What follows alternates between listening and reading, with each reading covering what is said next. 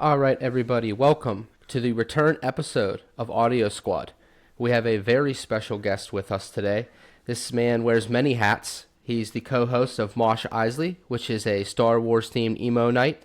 The co-host of the Thank the Maker podcast, which is a Star Wars podcast. Co-owner of Legal Speed Coffee. And the reason why we're all here today, he plays bass guitar for the band Bayside.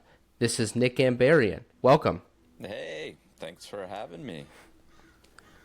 Thank you for coming on. We appreciate it very much. So I kind of want to, there's a lot of interviews, a lot of magazine articles about the band throughout the years. A lot of things have been talked about. So I want to try to talk about a lot more current, little bit of the past. But jumping right into the current, we've got the Errors Tour, celebrating 25 years of the band. Right around the corner, end of this month, we're starting. Are you feeling ready?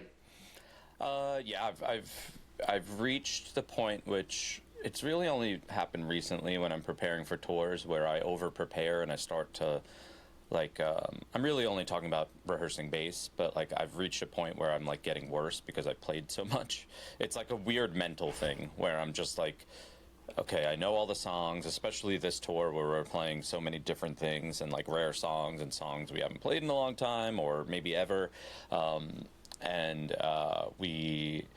I've just sit in my living room walking around playing bass with my headphones on. And last week I had the weird thing that happens, like I said, the past 2 or 3 rehearsals, while I've been rehearsing for tour. I'm like, why do I suck all of a sudden? And it's just because I've played for 2 hours a day for really, I was rehearsing before we went to the UK, then we did the UK tour, then I've been rehearsing 2 hours a day since then. It's kind of just burnout a little bit, I forced myself to play even though I should take a day off or something. But I had a day or two last week where I was here it is. I'm starting to get worse right now. I need to take the weekend off, and it's fine. But other than that, I don't really prepare before tour. I'll pack, the day before. This week will get stressful as far as taking care of home base. I want to make sure the dog is good and Desi has everything she needs at the house and stuff like that. Kind of taking care of things that have to be taken care of while I'm away. But getting ready for tour is kind of just the day before I leave, I'll probably pack and it'll be fine. Good deal. So with this being a celebration, like I said, are you able to look back on the things you guys have done and remove yourself from that bubble for a minute and be we have done a lot of cool stuff? Or is that something that you struggle with to do, especially when you're on the road in it? It really only in the last few years have I personally been thinking about how awesome it is to have accomplished what we've accomplished, but it's kind of, I don't know. I could really only speak for myself. It's I think that what we've accomplished is actually pretty impressive considering how much has not gone right and how much has been withheld from us or put against us, whether it's bad record labels or things that happen on tour or whatever. It just seems we could swing the whole bad luck thing into marketing because we have a song called Blame It on Bad Luck, but there really is legitimately up until this tour, up until and including this tour, we still have odd bad luck, and it's just something that won't ever shake us. So it's it is really hard to just be yeah, things are great, because nothing is ever great.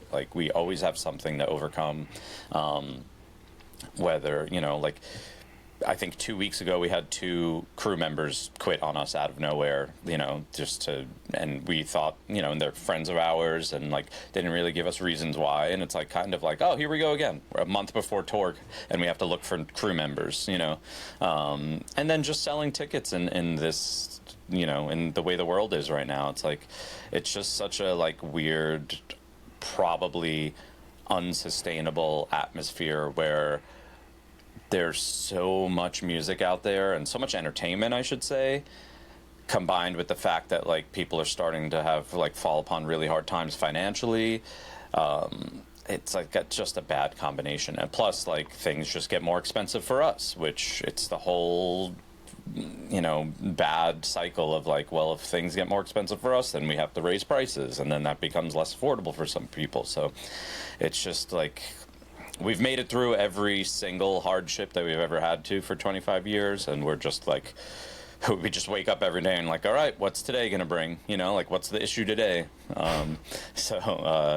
So yeah, it's all of that stuff gets in the way a little bit of us being like, wow, yeah, we accomplished some cool shit. And really, the only time we get to feel it is when we're on stage, because we know that like all the work and everything, it matters, and it made people, happy for a night. So, yeah, I wish we had laurels to rest on, like I wish we had like such an exciting and like financial prosperous era of our band to be like rest on our laurels, but we just can't. Like we always have to work and prepare for something to go wrong, because it usually always does.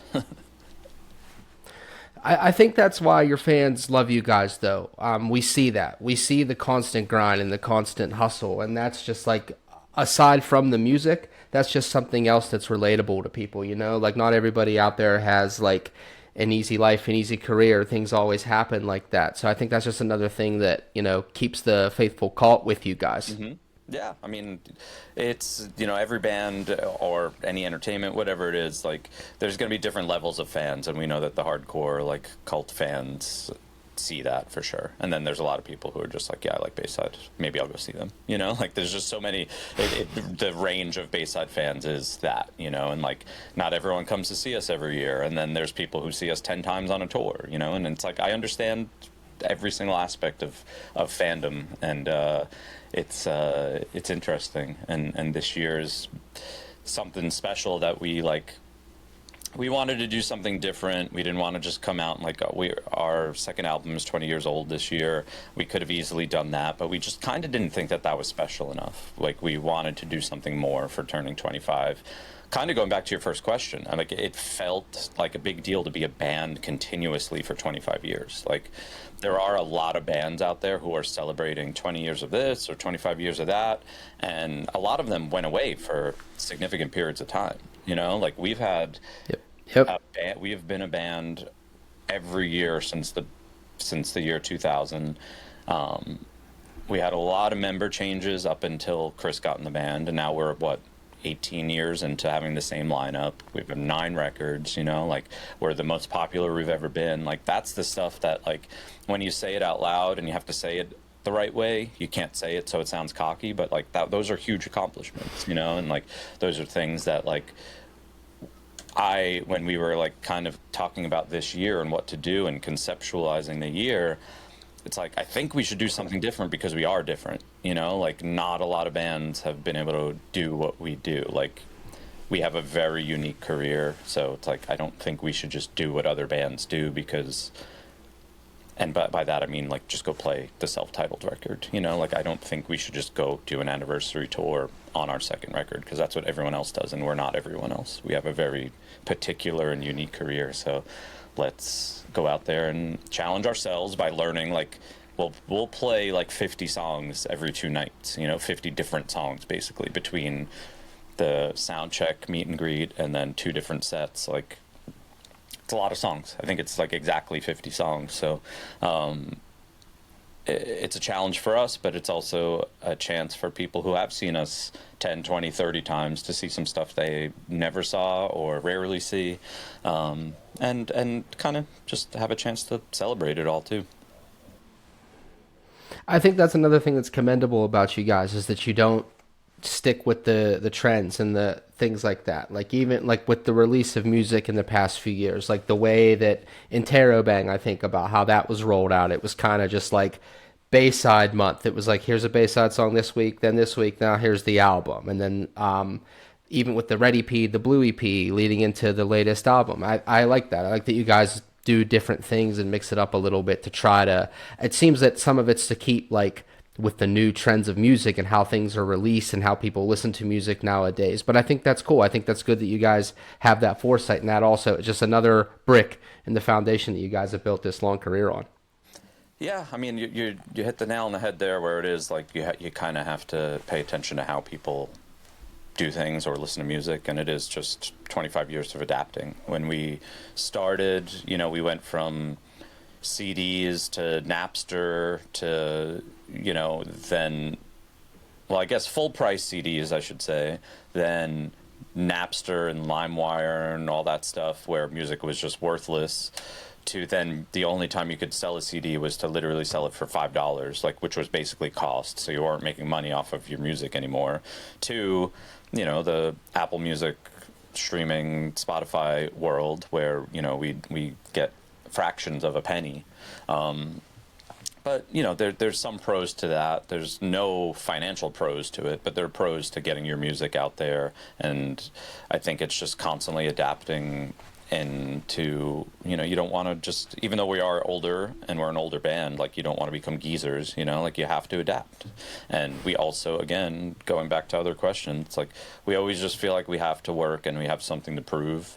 So even when we're barely talking about our 10th album right now, which is probably a couple of years away, it's we're talking about how do we build upon what we did already? It's it has to be the next best Bayside record, because, we've kind of hit another level of the band between Interrobang and There Are Worse Things Than Being Alive, where we've adapted our sound to be heavier and faster and more aggressive and kind of fit with our influences a lot more. And people like it, so that's good. So we did something that we were interested in doing, but didn't want to alienate fans, and we didn't. It actually made us new fans and made our existing fans happy. So we're how do we now keep going from there? So it's a lot of work, but it's adapting is also part of the work. That's just another thing, too, that I think, again, not to keep blowing smoke, but another thing that keeps people around with you guys that have been with you so long is there's a lot of bands that put out, you look at their discography, and it kind of ebbs and flows with sound. Sometimes there's that real out there record that it's kind of an outlier that people are like, what the hell were you doing here type of thing. But if you listen to Sirens, and then you listen to Their Worst Things Being Alive, it sounds like the same band, but different. If you listen to them all in order, it's small changes each time, but it keeps it fresh. I don't know how to describe it because I'm not a musician, but and like I said, I love that personally, and I'm always been a guy that's I love the new record. I'm not I play the old record and that's it. Play the song that you wrote when you were 16. I want to hear that as a 35-year-old. Yeah, I mean, it's a conscious effort, that's for sure. Sirens to me is the outlier because half the band was different. And to me, that is the most sonically different, and also songwriting was completely different. Really, to me, and I'm not really just saying this because I joined the band on the second record, but I really kind of, and the reason we named the second record Bayside is it kind of was like a new beginning for the band. And I think that if you left Sirens out and you just listened from self-titled through There Are Worse Things Than Being Alive, that's the most telling consistent growth. Sirens is an outlier to me. It's something that we wouldn't be able to write Sirens again, but I think that we continually write and build upon stuff we did on the self-titled record. Sirens is just so different because it was different personnel, different songwriting structure. Yeah, no, Anthony wasn't even writing the lyrics. Yeah, so it's definitely to me, people always ask why we don't play more from it and blah blah blah, and I'm there's a lot of reasons, and some of them we can't even really talk about, but that one, I mean, in general, at this point, it's just our least listened to record, and it's do we take time away? I'm not talking about this year because we are playing more from Sirens because we're playing 2 sets, but in general, on a normal tour, when we play 90 minutes, it's are we really going to play 3 or 4 songs from our album from our first record, whatever it was, 2004? While we have our 10th album out, it doesn't really make sense considering we still want to grow. So, it's, a song like Masterpiece, we've played a million times and people know it, but the crazy thing about music these days is, or being in a band these days is you can see live analytics of what people are listening to. So it's hard to justify playing anything off of Sirens like that isn't Masterpiece on like a regular tour, because that is by far the only song that people like consistently listen to a lot. And then even talking about this tour in particular this year, it was even tough trying to figure out what were the like second, third, and fourth songs that we want to play kind of on Sirens, off of Sirens this year, because we're like, there's such a huge drop off after the streaming numbers of Masterpiece, where you're like, well, this song's the second most popular, but it's like a third as popular as Masterpiece. So it's like, is this even a good song? Do people even want to hear this song? I don't know who's listening to it. So it'll be interesting. This year kind of just is what it is. Like I said, like we wanted to do something special for like the hardcore fans and do something different, challenge ourselves. So it's going to be great. I'm excited for it, but like kind of going back to the question, like it's just something that like I know that we always kind of have to do is grow a little bit, and we don't want to be the type of band that forgets where we came from or what people like about us.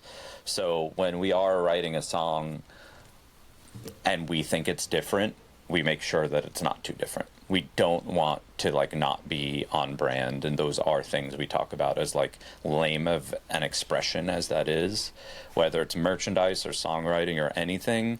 We make sure that we're Bayside, and if we're going for something like we see another band or we see something anywhere else in the world art wise, we're like, this is awesome.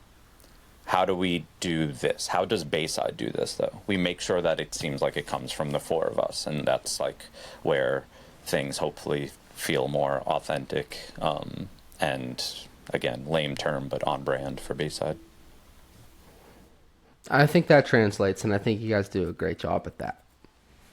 Hope so. But switching back a little bit, looking back some more. So you've been in an interview before, you mentioned that the first time you heard Bayside was on Christian McKnight's radio show, and Anthony was on the show, and they played the song Masterpiece. But that was kind of all that was said about it. I was curious if you remember more about that. When you heard it, what were your initial impressions when you heard the song? Well, I still to this day, I think it's like sonically weird. Like that album, I've never heard another album that sounds like that record. I think all the tones, I think we've always tuned low, like we tune our guitars to D standard, and a song like Masterpiece is actually in drop C. So like the tuning we choose and the songwriting and all that stuff, it is very unique. In Sirens and Condolences and Masterpiece in particular, it's like I've never heard a song that I think sounds similar, and that statement could go either way. You could have Smells Like Teen Spirit and be like, I've never heard this before, and now we're the biggest band in the world. Or you could have something unique where only some people get it, and it's like, we're on that side. We're on the side of like, it's a little too unique between like how we tune and Anthony's voice and the songwriting choices. Like all of it is unique, and it kind of takes like a different palette, a different taste palette from the listener to be like, oh, I get this. This is good. But yeah, I remember hearing that and being like, I was 23, 24 at the time, so I still cared a little bit too much about like what was punk. And I was like, this kind of sounds punk, but I don't really I don't really get it. It's not like Bad Religion punk or Rancid punk, but they're playing chords. Like there's an energy to it that sounds like it should be punk, but like emo music wasn't necessary. Emo music to me back then was like the Get Up Kids and Jimmy Eat World. It wasn't what it was like a few years later, which turned into like Paramore's emo, So I'm like, what was Bayside back then? I really don't know, because the closest thing that everyone compared us to was Alkaline Trio or Smoking Popes. And like even those bands weren't necessarily called punk, So it's kind of like the more we got into like putting everything in like crazy subgenres because of streaming, like we didn't really find a home that we felt like we felt in until like 2009, 2010. But yeah, it's definitely weird because when I think back to hearing that song on the radio, and Anthony talking, I just remember being like, that was cool, but I didn't go like run by the album or anything, you know, like I think I was just a little bit more, which is probably a bad thing, is like, I think I was more confused by the song than anything because of where I was at musically. I was like, it's not punk. What is it? You know, it sounds like it could be, but it's not. And then that's probably how a lot of people felt. Plus, being on Victory Records, we heard for decades, you know, like probably we heard for at least a decade, I would say. Like, people would hear us finally and be like, oh, we thought you were a hardcore band because you were on Victory. Oh, we thought you were a hardcore band. I'm like, so you just didn't listen, and you just assumed you were a hardcore band because you were on Victory Records. So again, put that on the list of things we had going against us from like day one of our career. So yeah, and then when I finally met Anthony and started to, you know, and joined the band and started to learn the songs, then I listened to the rest of the record and I'm like, it's still punk, but it's not, you know, like it's so interesting and unique, but it's, what is it, you know? So then I think when we started to write Self-Titled, it was when it felt more structured and punk, like pop punk. And then, like I said earlier, I think that's like kind of like the baseline of where we started to write songs a certain way, because we're talking about when we're learning some songs off of Sirens right now, and I was talking to Anthony like last week, and he's like, dude, some of these songs I like I'm literally sitting there being like, what the fuck was I thinking when I was writing this? Because there's so many peculiar things. And when you're young and you're writing songs, you want the parts to be interesting because you think like that matters, but it really only, like, interesting parts only really matter to like other people in bands or people who play, or other musicians. Yeah.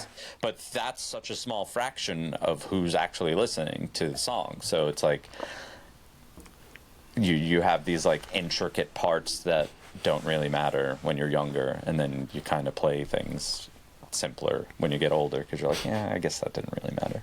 But yeah, it was interesting joining the band and hearing Masterpiece for the first time, and going back to like thinking of that story about hearing it on the radio, because I was like, I couldn't say that I loved the song when I heard it. I think I was more confused than anything. And then once I got to play it more and more, I'm like, oh no, it has like, now that I'm playing it, it has an energy to it. It's just, again, it is unique. Another question from around that time frame too. I know you worked at an Urban Outfitters in a mall, and there was a stint where Anthony came in and worked with you. Do you have any stories from when you guys worked together of stuff that happened in the store? Not really. Like that more was my friend. The story was, it's simple. Like, my friend Heather knew Anthony, and she hit me up one day and was like, hey, like, this dude needs a job, like, when he's not on tour. I figured you understand that life because you had done it in the past. I was like, yeah, sure. Like, I could hire him for whenever he's home. I can't say he worked more than, definitely less than like 10 shifts, you know, like it wasn't a lot, but it wasn't, I think in that time frame too, like I was very dedicated to like working. So it wasn't necessary. It was like some chats here and there that probably I don't even remember, just about music or whatever. I think I gave him like my band at the time's demo or whatever, because I had just like started to play music again. But no fun stories, nothing that I remember, because I think it was pretty like, as not professional. I don't want to say professional, but like it was very much so just a job. And then did you then guys went away for that summer because he was like, we're going on tour with Fall Out Boy, and I was like, I think I've heard of them. And then he came back and was just small like, band? yeah, I mean, they were at the time. They weren't small at the time, but they were playing like 400 or 500 cap rooms and selling them out like way in advance. So they were on their way up. Was that around that time frame? I feel like that was probably the run with like Armor for Sleep. Yeah, the tour, because I wasn't on that tour. That was the final tour before the bass player and drummer quit. But it was, I think it was Armor for Sleep, Fall Out Boy, Armor for Sleep. I think maybe Bayside did half the tour and someone else did the other half. I'm not 100% sure. But yeah. So yeah, he before he went on that tour, he was like, I think my bass player's gonna quit. So like, if you're thinking about playing, like, and going on tour, like, we have a record contract, we have a booking agent. I was like, oh cool. Like, I've never been in a band that had like either of those. You know, I've been in 2 other bands, but they're like local Long Island bands basically. Like, we did some touring, and I guess one of them had a booking agent, but it wasn't like, it was a different time. Even 5 or 6 years earlier was a different time than 2004. Because you know, the scene was just more plentiful then. But yeah, he came home. He's like, well, bass player quit and the drummer quit.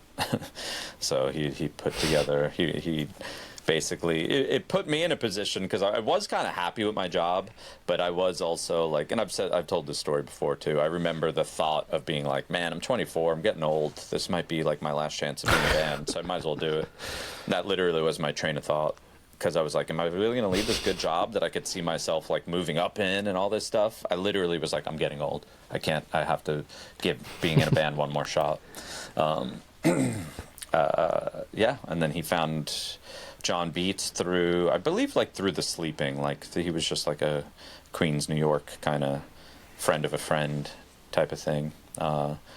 So we both joined the band by August of 2004, I think was the first time we all played as a 4-piece. Have you ever been out on the road, like in the winter or something, and you stop in a store and you see someone, like, you're just run down, sick maybe, just freezing cold, living in a van, and you see someone just like folding pants, and you're like, oh, it could have been me?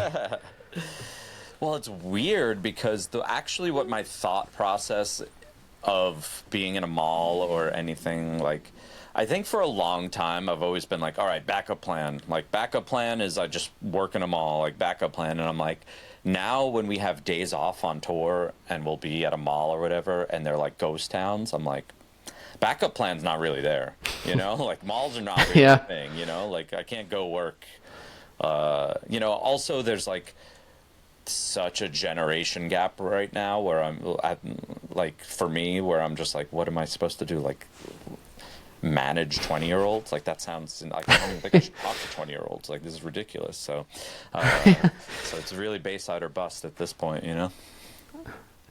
Yeah, I get that. There was a moment recently where I was at a mall, and some Hot Topics will still carry some cool shirts, and I went into one to grab a shirt, and the girl working at the counter was like, do you have an email for rewards? And I still have the old physical card from that, and I pulled it out, and she went, oh my God. And she called a coworker out from the back. She was like, look, we got one of these old cards in here. A literal relic. Yeah. So jumping up to current day, we've got the Eras Tour coming up. It's a bit of a riff on the Taylor Swift Eras Tour. So with that in mind, you guys have had a few eras in your career, which I'll label just by the record labels you were on. But Victory stuff, that's all been talked to death with, you know, that label and all that jazz. But what I want to ask is there anything from, I'm just going to do 3 in order. Victory Records, what's something from that time frame that you guys still carry with you today that you use? That's the hard work. That is the, like, we are literally going to be, you know, having arrows shot at us from every direction, and how do we keep moving forward? Like, that's what we learned from Victory. Like, we you know, really as a life lesson to learn, I guess I'll only speak on this personally, but as a life lesson to know that, like, you will constantly have people within your, like, group working against you. You know, like, our record label worked against us, you know, and, like, that was an insane wake-up call, but it was a wake-up call because I honestly think that I needed to learn that lesson because of so many other things in life where I'm just like, why is this so hard? Aren't we supposed to be on the same team when it comes to, like, other facets of life, you know? So I think it was a good wake-up call to realize that, like, it's almost like building a team is a myth. I feel like it's just not ever really a thing that really actually works the way it should. Like, teamwork isn't necessary. Like, people always have personal motives or, like, you know, just other things in mind or different ways to do things. Like, almost anything I've ever been involved in, I've realized that, like, teamwork is like almost there as like you know, not a facade, but like a misnomer of like, yeah, we're not really all on the, we're all on the same team, but like getting to the goal and doing it all in the same way so we get to the goal is like not really a thing. So the victory years, that would for sure be the lesson I learned, is just like you have to work hard to like not take things personally, or you know, just perseverance really, because kind of like the enemy within will always like, it'll always be there, which is unfortunate. Wow, that's a great answer. Thank you. So, and we had one record through Wind Up, Killing Time. Is there anything from that time frame that you guys still stick with you? I guess confidence, because you know, Wind Up was almost a good record label. They were a good record label until the day they weren't. They gave us everything we wanted, mostly time to make that record, and you could see that it matters. Like that, if Killing Time wasn't what it was, I don't know that Bayside would like exist anymore. Bayside needed Killing Time badly to be what it was. It could have been more too, but the record label basically folded while we were in the studio. So story goes, like, they were interested in us. I think at that point they had just signed Hawthorne Heights. So they were kind of coming into our world after they had success with like Creed and Evanescence and stuff like that. So they were super stoked on us. They saw a lot of potential. They gave us, like, for that time, a lot of, like, they gave us probably triple the amount of money to make the record than we ever had from Victory. They gave us our dream producer, Gil Norton, but mostly they gave us time, and you know, it allowed us to really like go through every part of every song with a fine-tooth comb and be like, what is this record? Who are we? This might be the first time people hear us on our 5th record. So I'm proud of us for delivering, but the story goes, it was technically, even though they were putting out Creed and Evanescence and bands like that, they were a family-owned independent record label.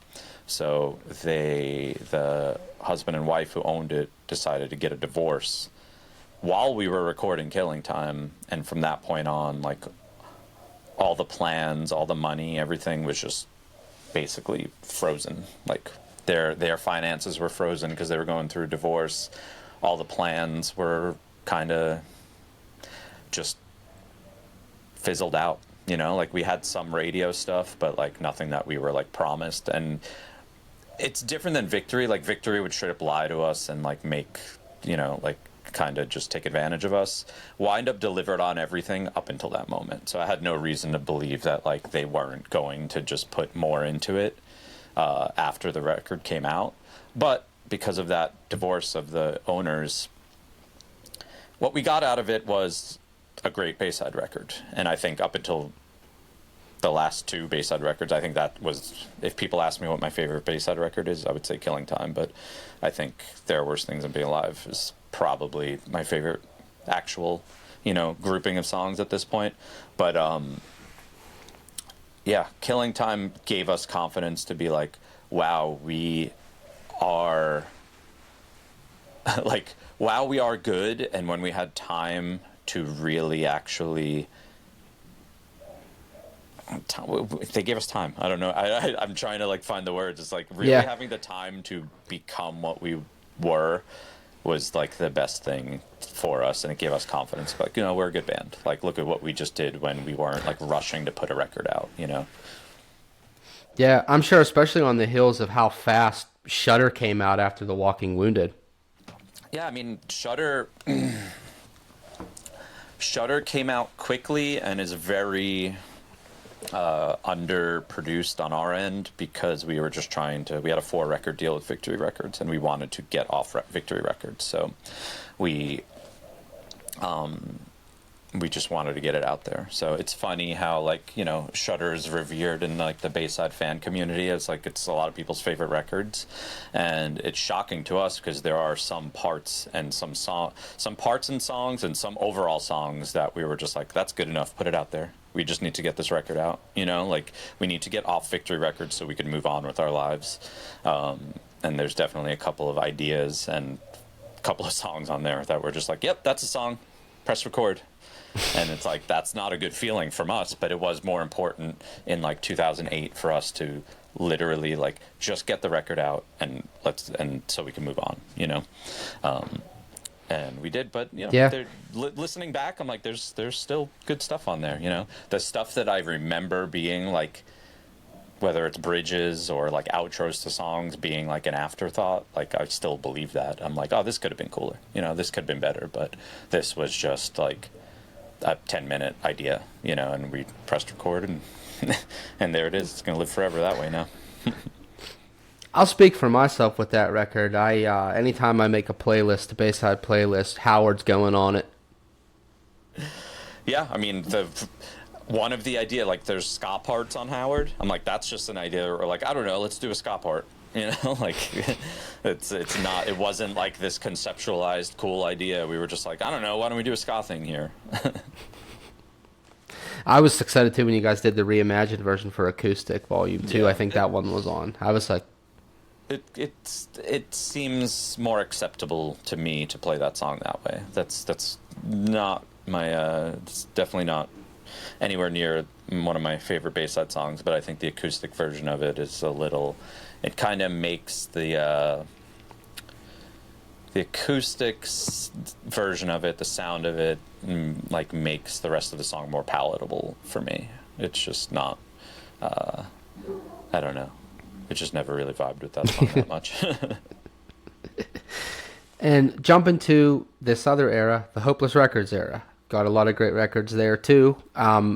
What's some stuff from there that you guys learned and will carry with you? It's interesting because Hopeless basically was a similar structure as far as I'm concerned as Victory Records. They just weren't shady, you know, like they really just let us do what we wanted to do. They believed in who we were. The record label themselves has changed since we've been there for a decade. Like when we got there, Newfound Glory and Taking Back Sunday and The Used and Yellow Card were like all on that label, and all of those bands obviously had like seen their heyday and were like coming to Hopeless to like revitalize their career and like just the next step in their career. And we were like on the up, you know, we were like, oh no, we're not coming like down from somewhere. We're still going up. But it feels good to be on a label with all these bands. So we got a consistent like work atmosphere from the label. I don't know, like now that we're playing like Cult and Vacancy and stuff a little bit more on this upcoming tour, I kind of think we you know, there's like, to me, like in retrospect, those seem like collections of songs. They don't seem like albums necessarily, like a cohesive unit. In retrospect, I'm already blabbering on about something that's not your question, but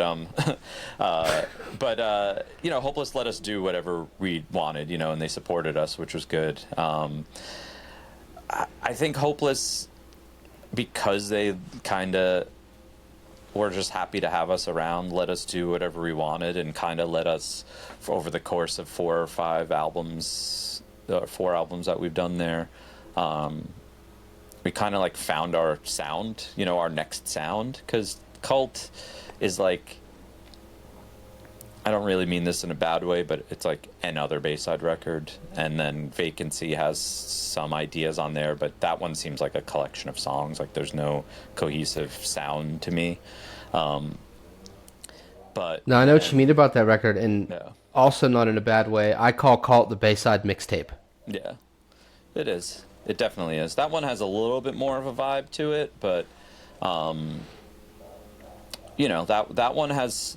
It's almost like I wish we would have developed Cult as the next level of Bayside songs, but we kind of like didn't, and Vacancy became like, here's 10 more songs, and they all kind of have nothing to do with like Mary doesn't sound like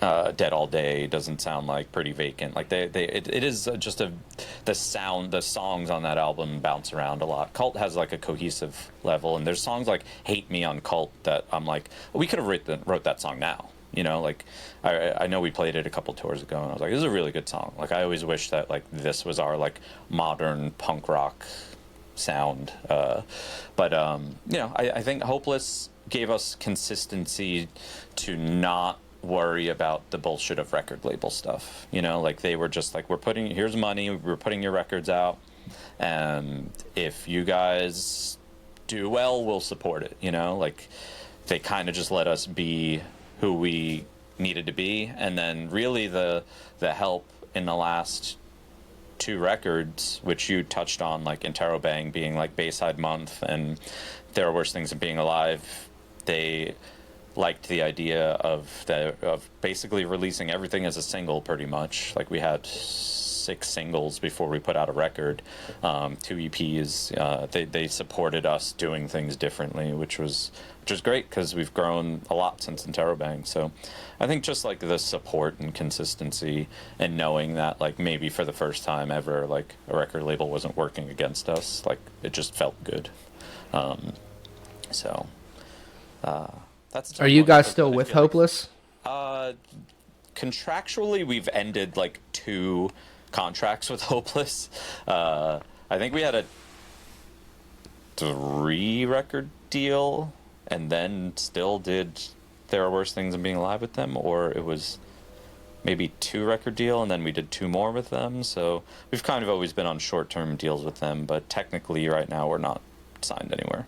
But also, a couple of years ago, technically, we weren't signed anywhere either, and we still put records out with Hopeless. So we're just like, you know, again, we're just such a unique band that, like, kind of nothing makes sense. And, like, if things made more sense for our career, it would be better for our career because you could almost plan where, like, things are going. But, like, we're the most popular we've ever been again. We still don't have any hit songs, though. You know, like, we still don't have anything that's marketable, really. We have good touring numbers. Like, we're just a consistent band, and it's like, if a record label wants to sign us, they know what they're going to get as far as, like, what we've done in the past, but they don't really know if there's, like, a higher ceiling because it's never been, like, reached as far as, like, a big single or like, a giant tour or anything like that. Like, everything's been so gradual that all you're going to get from Bayside is consistency. So it's not a bad thing, you know? Like, we're going to put out our 10th record, and there are going to be labels who want to sign us, you know? So it's more about us finding a label who, like, sees that we're not just looking to put out record 10. Like, we're looking to put out record 10 and make new fans and have maybe our biggest song ever. Like, those are our goals, you know? Like, that's what we're looking for. Awesome. So shifting gears a little bit, I'll ask this question, then I got a couple little fun things, and then I'll let you go. You guys played a show last year at Pappy and Harriet's. I've never been there, but I've seen things about that venue before. I read it started as like a movie set for Westerns. How was it playing there? It's cool. I've been there like once or twice. I saw Orville Peck there. And I went there one other time just for, it must have been a while ago because it's like a barbecue restaurant. And I must have been there like 10 years ago. It's cool. It's just like we play a lot of the same places a lot, and Pappy and Harriet's is somewhere that literally seemed too cool for us because they would get hip, new, alternative acts. So we're clearly not one of those bands, but I think they have a new music booker there because I know that Amberlin played there, Hawthorne Heights played there, we played there. So it was just cool. Like when we got the offer to play there, I was like shocked because again, I just didn't feel like we were like fit in with who normally plays there.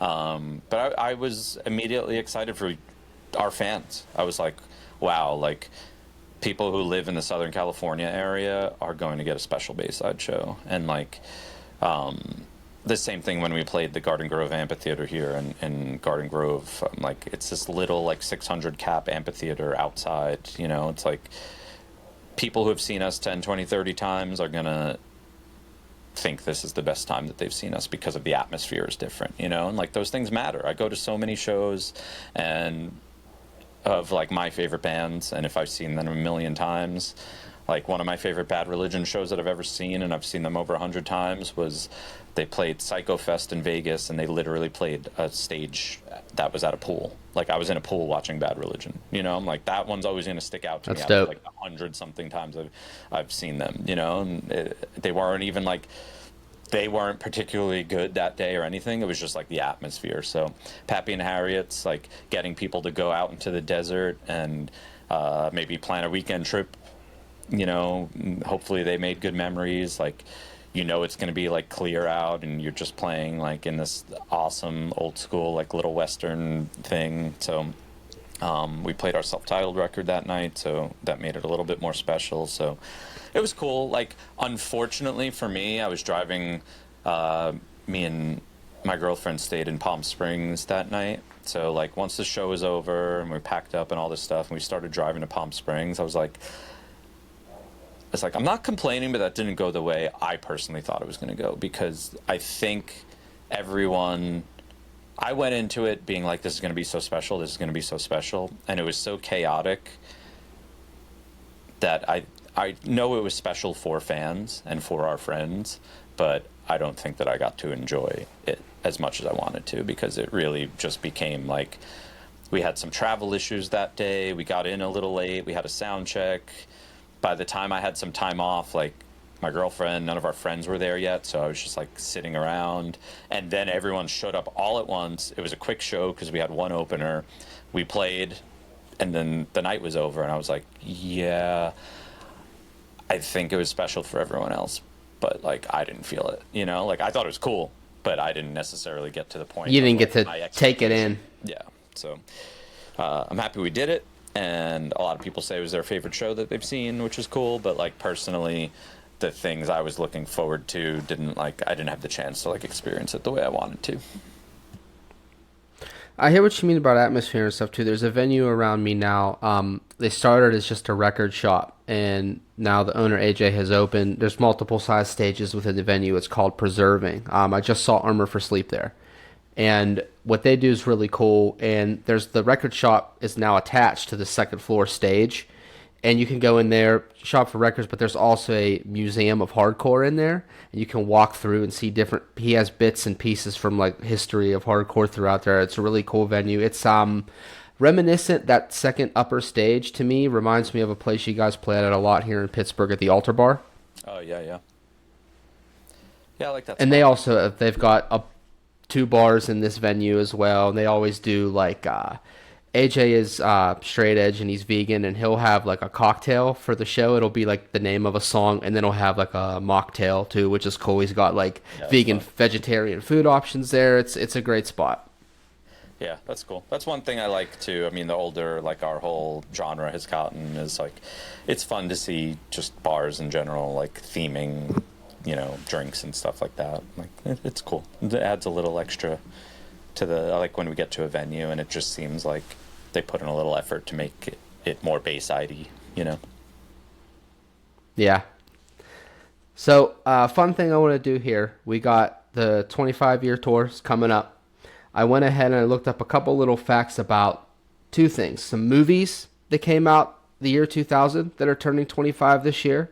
And then I've got a list of wrestlers that made their debut, whether it have been on the independent scene or in WWE in the year 2000. So this is what you guys are neck and neck with. So movies, we've got American Psycho. Okay. Little Nicky. All right. Final Destination. Yeah. Dude, Where's My Car? That's crazy. And pivoting it into wrestling, Ready to Rumble. Oh, yeah. So that means David Arquette was WCW champion around now.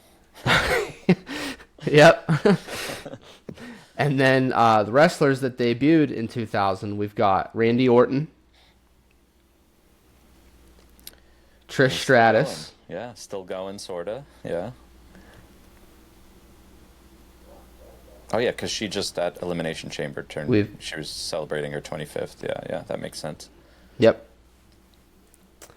We've got Kevin Owens. Okay, so debuted, not WWE, but debuted. Right. Yeah. Yep. And then Natalia. Okay, she's still sort of around. And last but not least, the great Khali.